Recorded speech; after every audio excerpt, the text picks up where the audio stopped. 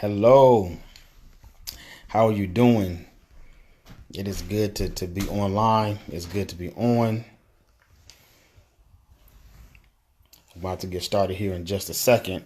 I never wanted to be one of those type of people who, every time that you go to Facebook Live or something, they just staring and they're waiting for people and waiting for people and waiting for people. I will ask that if you come on,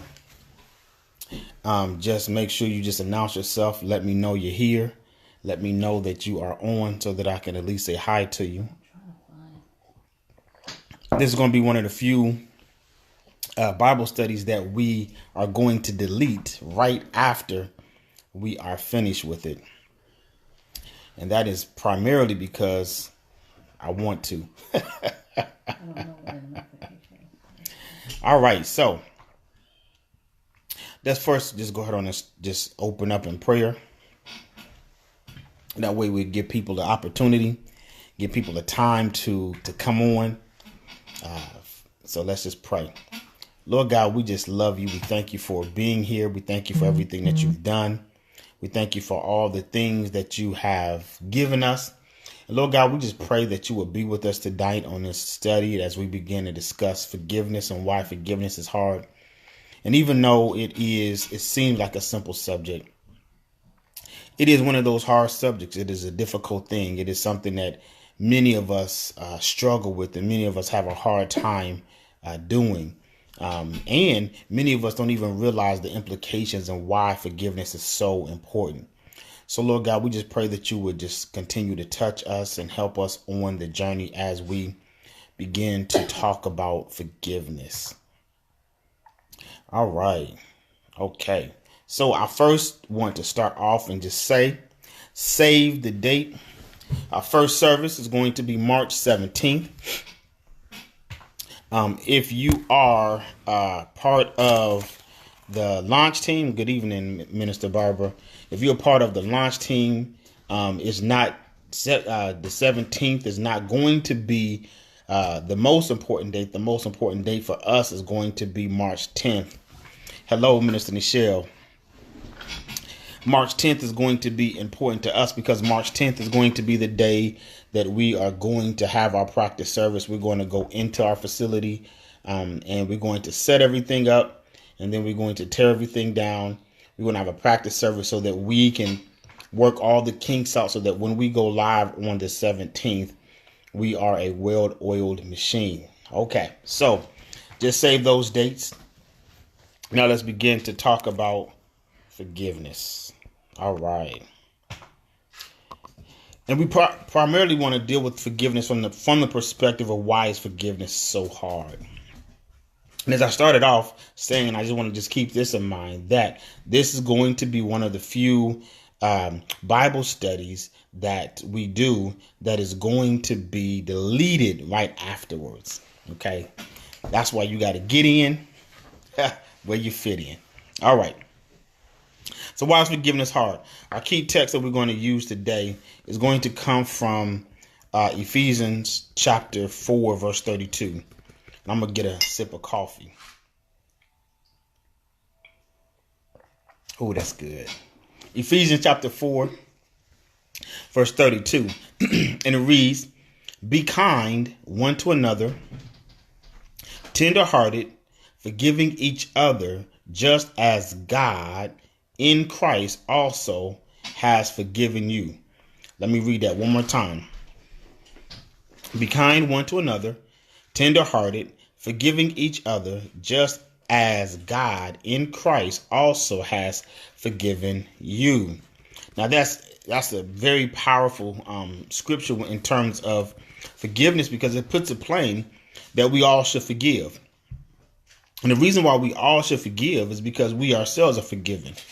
And if Jesus died for our sins and for the sake of what we did, surely he also died for other people's sins and what they did.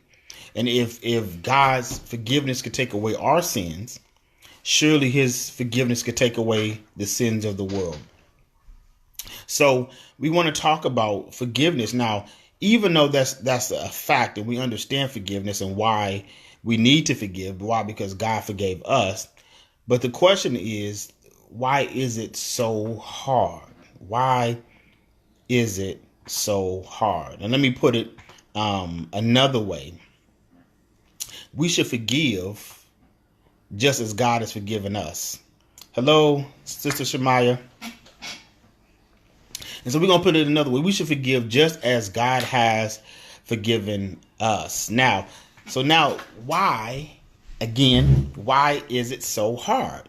And here's why it's so hard. Let me just put it real simple. And that's this. It's because we as believers and we as people feel justified not forgiving. We feel like it's okay for whatever reason not to forgive. And the reason why it's so hard is because for whatever reason we have conjured up within our minds, within ourselves, we make it a point to say, okay, I don't have to forgive. So let me give us some reasons why we don't forgive. Okay. Now I'm going to say this. I'm going to start simple and it's going to get more difficult as I give more reasons why we don't forgive. Okay. So I assume about halfway through you will probably drop off because it may get a little bit uncomfortable for you.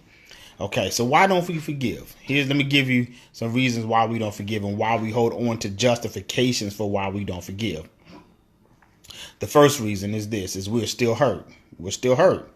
The person who hurt us, or the group of people who hurt us, or the organization that hurt us, we're still hurt behind what they did. And so because we're still hurt behind what we did, it really makes it hard and makes it difficult for us to forgive people.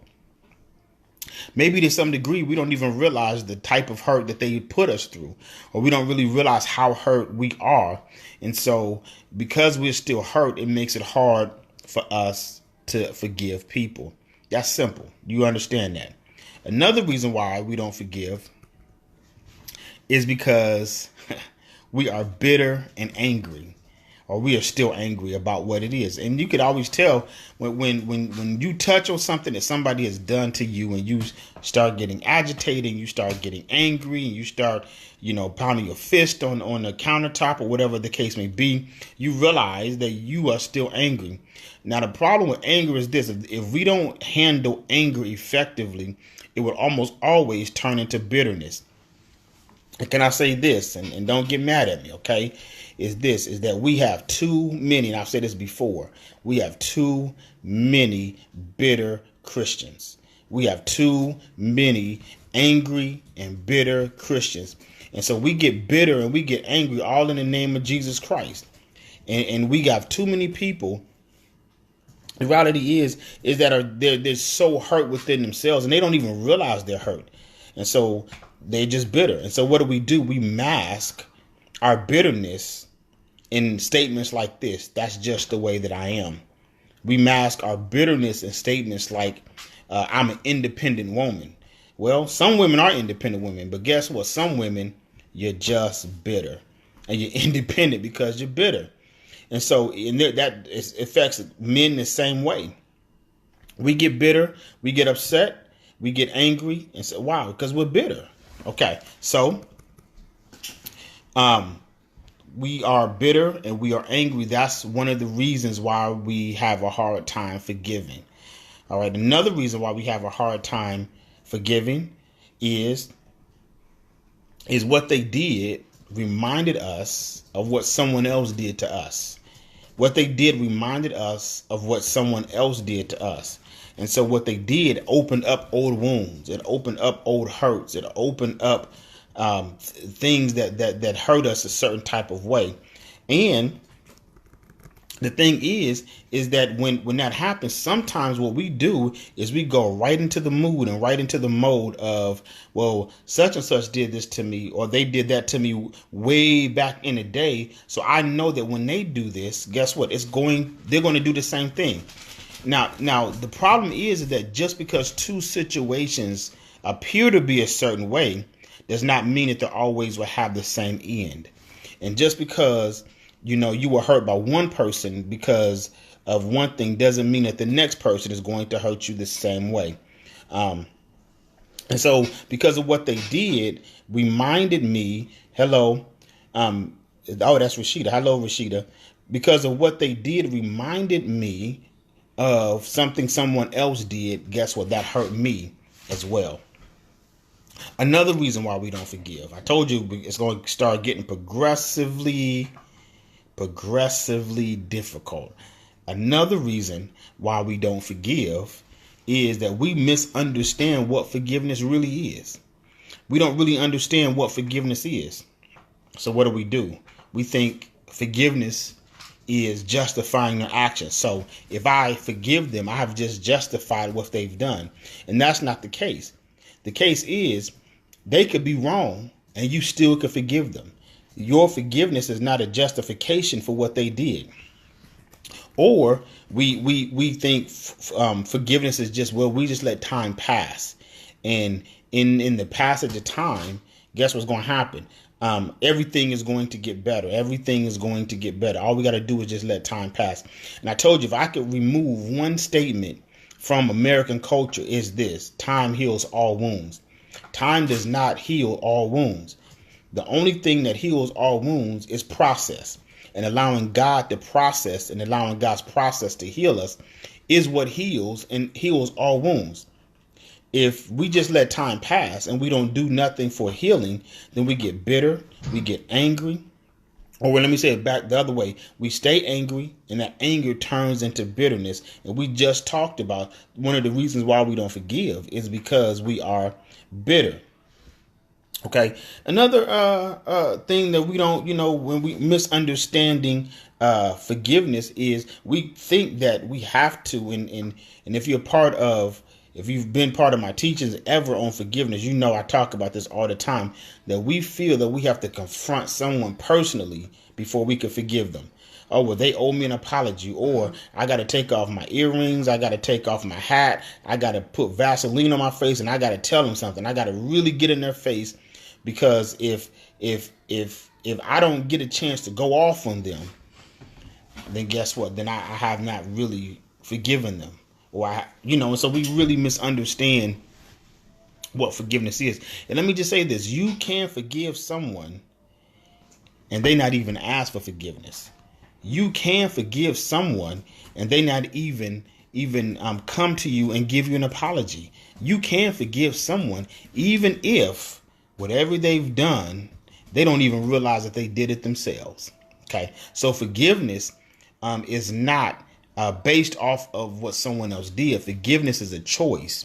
Forgiveness is what I'm going to choose to do for you.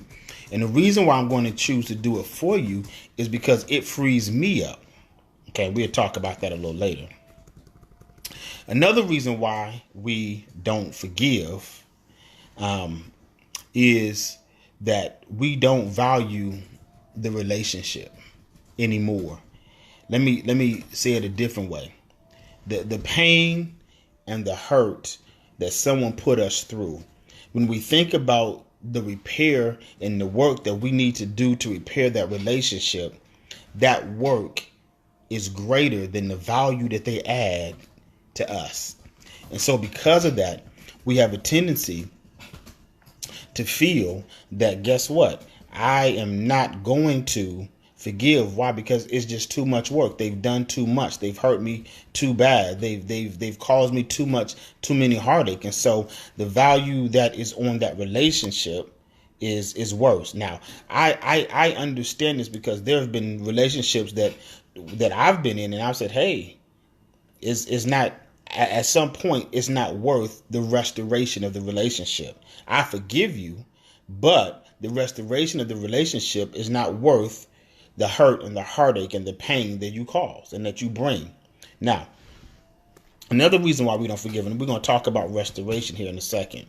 Another reason why we don't forgive is this, is we want control.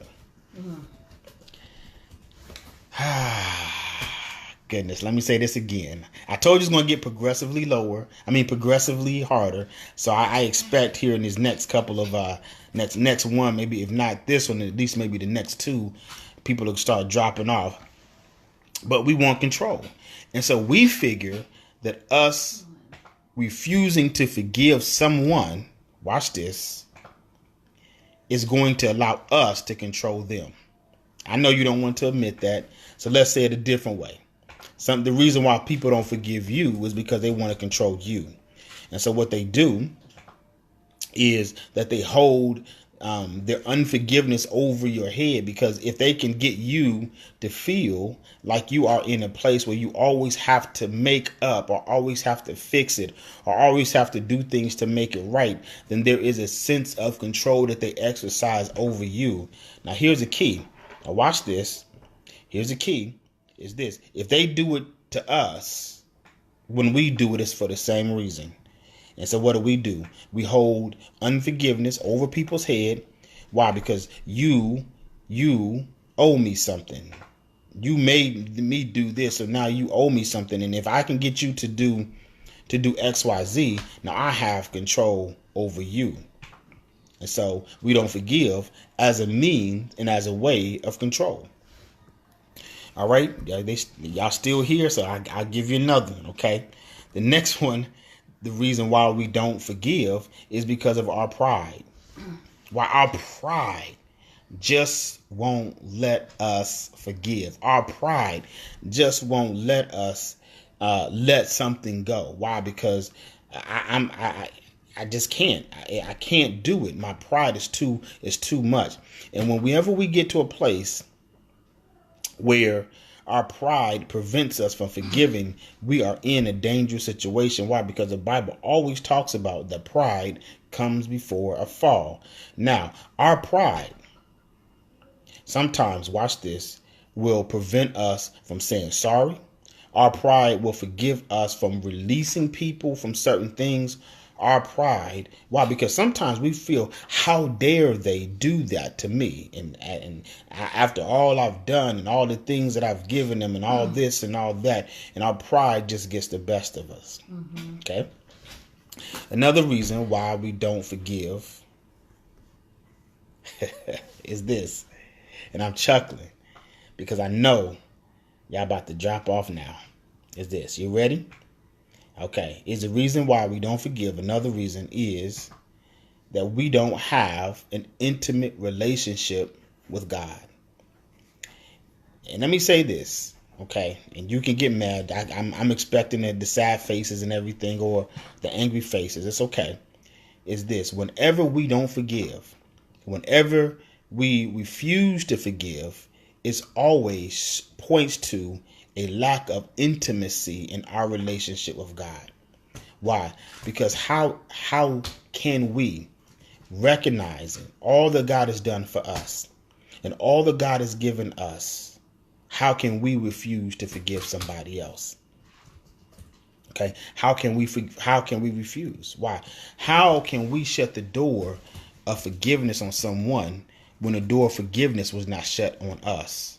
How can we prevent and refuse to forgive someone for the greatest of sins that they've done to us when that did not happen with us? And when we come to a point where we really realize how forgiven we are, and we come to a point where we realize how messed up and how dirty and how unclean and how sinful and how prideful and how whatever words you want to use that is degrading, when we realize how messed up we are, and God still loved us, and God allowed his son to still die for us, and he still allowed Jesus Christ to go on the cross so that he can offer us a relationship with him, and we realize how blessed we are from that, guess what? It will be easy for us to offer forgiveness to anyone for anything that they've done to us. Yeah. Let me give you one more. And this won't, if you've ever heard me teach on forgiveness, this won't be a shock to you. But it may be a shock if you've never heard me teach on forgiveness. One of the reasons why, and this is just from experience that I've noticed, one of the reasons why people don't forgive, watch this, is because they themselves are committing the same sin. How many times have we heard people get on live TV and they talk about one person? You see it in media all the time. And they talk about one person, they talk about another person, and they themselves, it comes out years later, they themselves are committing the same sin. They themselves are doing the same thing.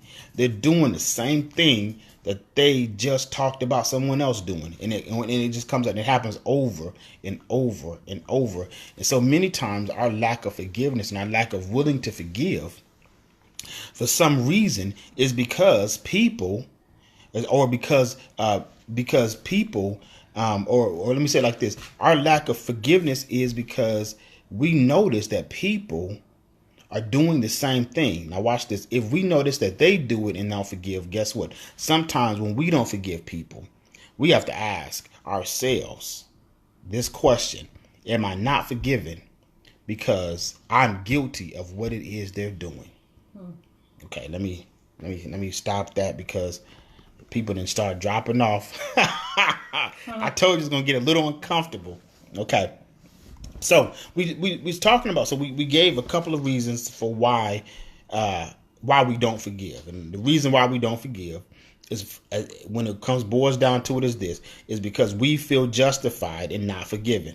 And let me give you the reasons why we feel justified. Okay. I'm gonna give them to you again.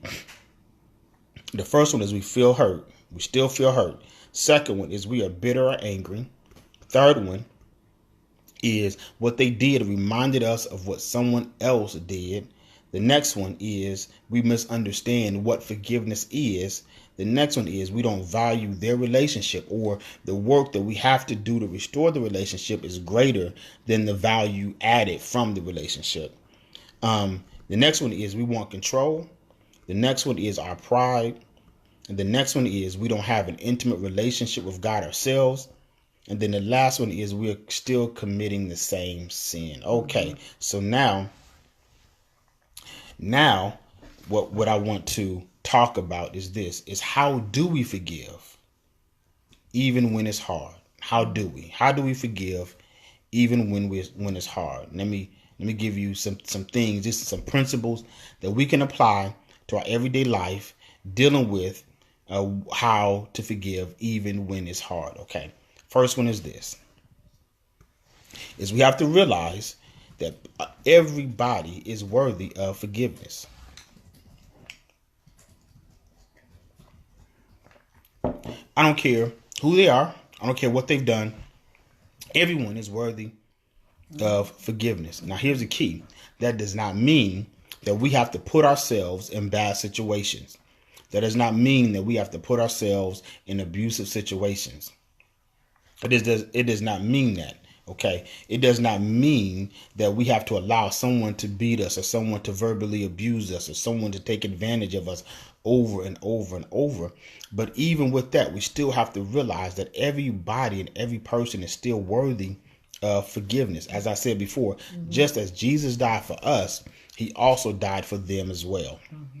And just as Jesus and God offered us forgiveness, we should also offer forgiveness as well. So the first step that we have to do when we realize and when we are trying to forgive someone who was hard to forgive, is we have to realize that they are worthy and that they need forgiveness too. Now, when I talk about the principles that I'm about to give and talking about is specifically dealing with when people are hard to forgive. Okay, I'm not talking about if someone bumped into you in the store and you're like, it's fine, because we understand that, we got that process down, right? But I'm talking about those hard to forgive people, those people that when it comes time to forgive them, we're like, Lord, help me, Jesus, because it's just so hard to forgive. So the first step is we have to realize that they are worthy of forgiveness. The second thing that we have to do in order to help us to forgive, especially when those hard to forgive people, is this. And now hear me in what I say, because it's going to sound weird, but hear me what I say, okay? Is we have to let go of the hope of a better past. We have to let go of the hope of a better past. One of my definitions for forgiveness is this, is letting go of the possibility that things could have been different. Let me say that again. In forgiveness, we have to let go of the possibility that things could have been different. And so when we let go of the hope of a better past, what we're saying is this. We're saying that I'm going to forgive you. And in my forgiveness, I have to let go of what happened. Okay? Because sometimes we get caught up, not necessarily in the fact that someone hurt us, but sometimes we get caught up in just a broken expectation. Like I expected that being in this relationship, things would have been different. Okay? Well, guess what? Forgiveness is letting go of that. I expected that when I started this job, things were going to be different. Forgiveness is part of that, is letting go of that. And here's the thing is this, the situation is what it is. And so if we get so caught up in wishing and hoping that things would have been different, that things would have been better, then it puts us in a cycle. And then what happens with us is we get stuck on, I didn't expect my life to be here, or I didn't expect to be going through this, and I wish I didn't have to deal with this, and then I wish I didn't have to, and I wish I this, and I wish that, right? And we see a lot of women struggle with the same, that over and over and over, because they've been hurt and they just wish that things would have been different. Well, let me just tell you this. I wish it for you too. But the reality is that it's not. And sometimes to let go and to be healed, you have to let go of the hope that things should have been different, and understand this, that regardless of what happened, God still has a purpose for you in that situation. And regardless of what happened, God still is going to use that situation for your good somehow. Okay? So we face a lot of situations we wish and we hope could have been different. But sometimes that hope and that wish sometimes will prevent us from really seeing the hand of God. Okay? So just keep that in mind. All right? The next thing that we have to do in forgiving, especially when forgiving when it's hard to do, is this, is we have to stop rehearsing the story. We have to stop rehearsing the situation. We have to stop rehearsing what they did to us. Okay. Now here's the key. If every time a situation comes up and you go back to all the years you've been hurt and all the years this has happened and all the things that have transpired over all these many years, you're always rehearsing the story. And here's the key. When you consistently rehearse the story, subconsciously and maybe even consciously, you feel justified in holding on to the hurt and holding on to the pain and holding on to whatever it is that they've done to you. And guess what? It is a satanic attack. Why? Because Satan always attacks us from the past. And so what? If we constantly rehearse the story, then we stay in a cycle of non-forgiveness. And the sad thing about it is this, is there are so many people who have made up in their mind and have justified, well, I'll let that go, or I'm okay, and I'm done with it, right? And the thing about it is, just because you think you're done with it, if every time a situation happens, you bringing up that you reliving that situation, guess what? You have not forgiven. And and the sad thing about it is if every time you bring it up, you're constantly living in the past. You're constantly stuck in the past. So you will never be able to grab hold of your blessed future. You will never be able to grab hold of the favor and the blessings that God has for you as long as you're stuck in that past. So what do we have to do? We have to say, look, enough is enough. I'm going to let it go. And guess what? Every time we want to go back to what they did to us and how they hurt us and how they misused to us, we got to stop ourselves and say, I'm stop rehearsing the story. I've let it go. God has forgiven me. I have forgiven them. God has forgiven them, and whatever the case may be, and just let it go. Okay. The next thing that we have to do in forgiving, especially when it's difficult, is this. Is we have to, and this is what's going to be uncomfortable for us, we have to deal with our hurt and with our anger. We have to deal with our hurt and with our anger. And here's why. It is impossible to forgive if you're hurt. And if we're honest with ourselves, what we do is we do this, is we tell ourselves that we're fine. We tell ourselves we're okay. And guess what? All that is denial. Why? Because the reality is we may not be fine. We may not be okay, right? So we have to deal with our hurt. We have to deal with our anger. We have to deal with our broken expectations. We have to deal with the feelings that I'm upset because things didn't turn out the way that I hoped. Guess what? Sometimes we may even have to deal with our hurt and our anger towards God. Because many times we may get in situations and we feel, well, if God was God, why did he allow us to go in that situation? So sometimes we have to process through all of those hurts and all of those pains. Okay. And another thing, and to help us is this, as the Bible says, don't let the sun go down on your anger. In other words, really what it's telling us is this. It's telling us that we have to come to a place where we can deal with our hurt and we can deal with our anger. Okay. Now, excuse me, anger and hurt always tints our perspective. It always damages how we see things. And so what happens is that we begin to look at life through our hurt and through our anger. And keep in mind, I said this at the very beginning, that whenever we are hurt and angry, it almost always leads to bitterness if not dealt correctly, if not healed correctly.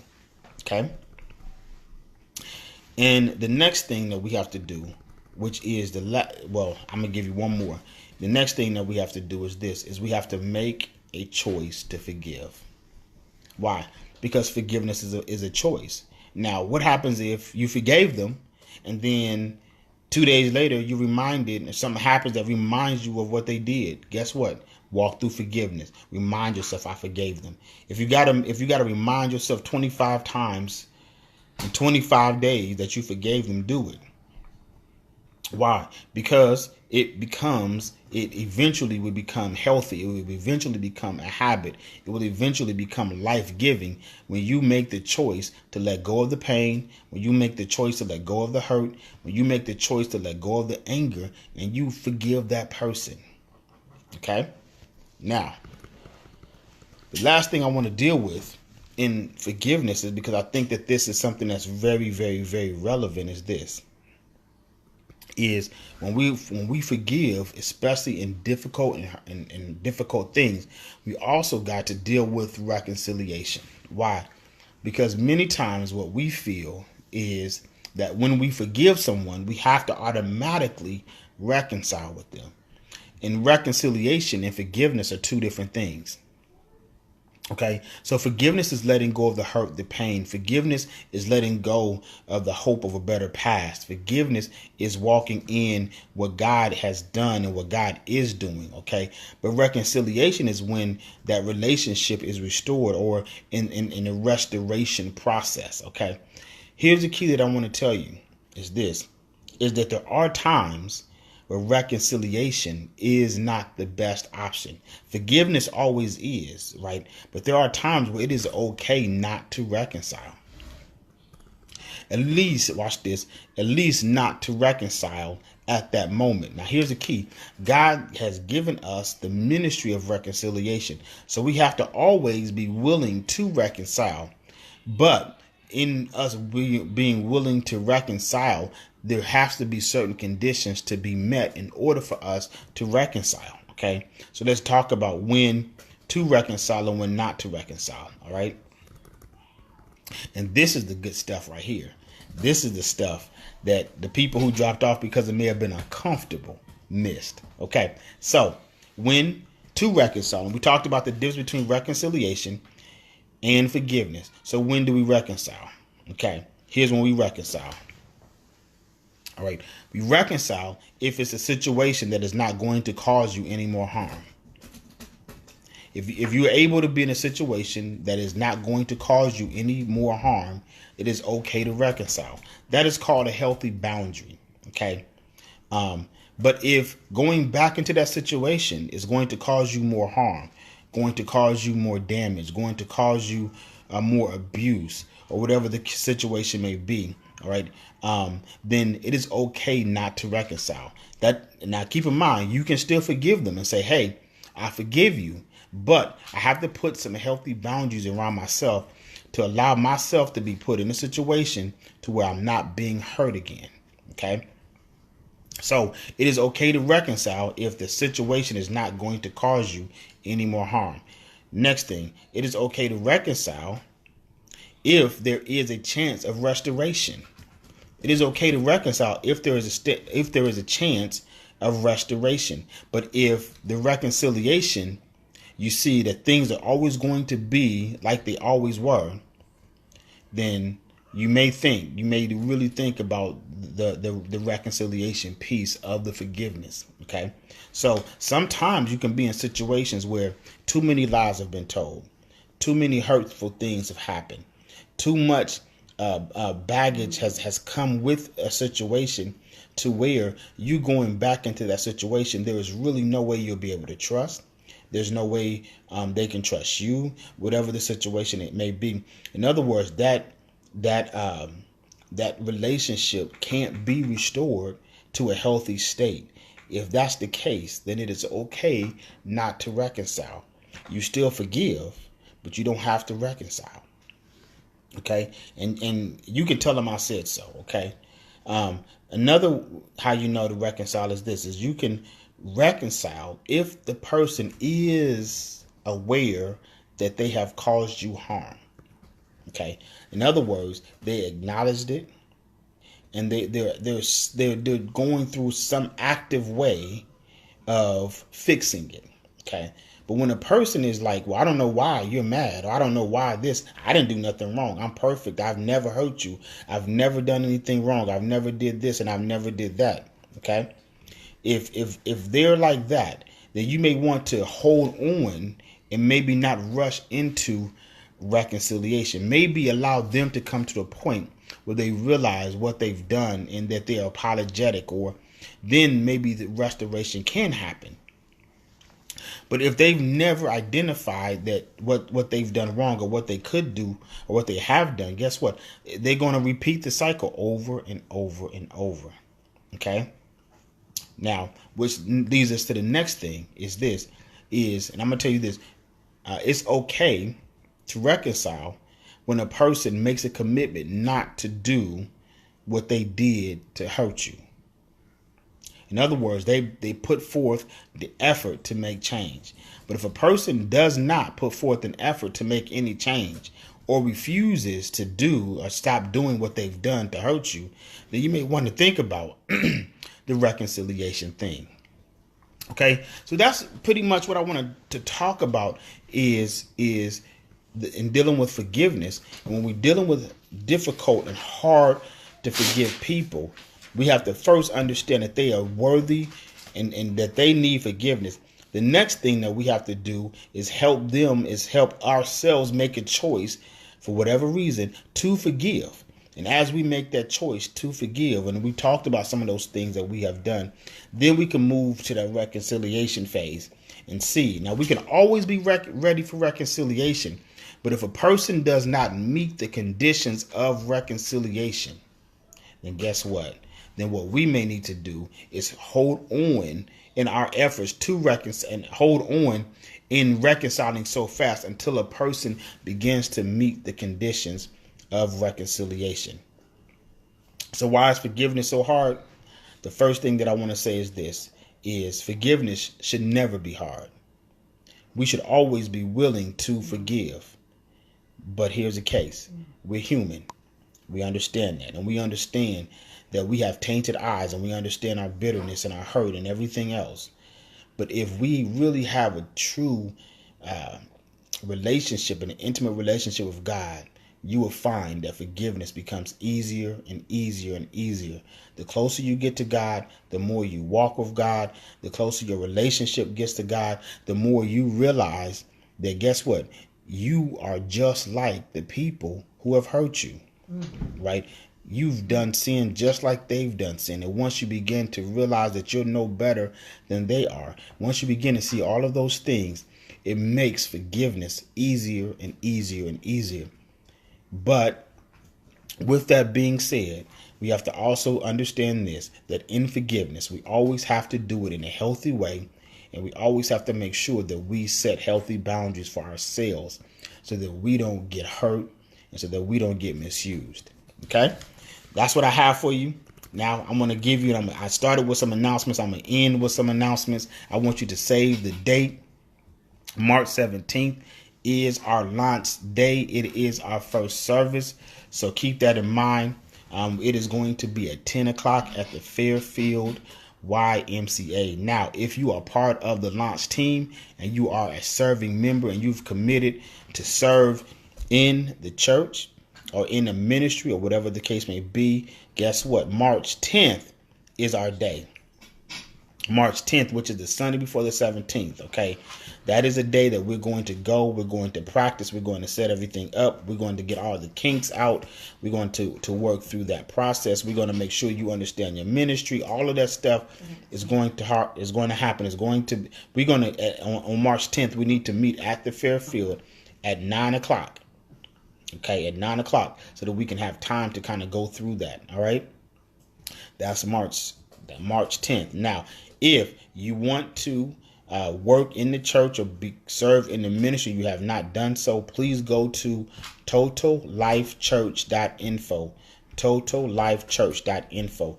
If God has laid on your heart to give, guess what? I asked you to go to totallifechurch.info.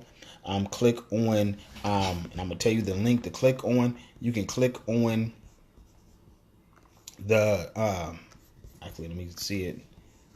Click on the give button, and then it will walk you through how to give, and you can give right online. Okay. If these podcasts and these Facebook Lives have been a blessing to you, please be a blessing to us and help us to start and to plant Total Life Church Cincinnati. All right. We love you, and we look forward to seeing you same time, same place next week. Also be looking out if you are on the launch team here shortly. We are going to be having some little one-off meetings with the people who signed up for ministries. And so we can start talking through and begin to work through those ministries and what they look like. All right. Y'all have a good night. And guess what? It was under an hour. So I'm giving you almost a little over 15 minutes back. All right. Love you. Have a good night.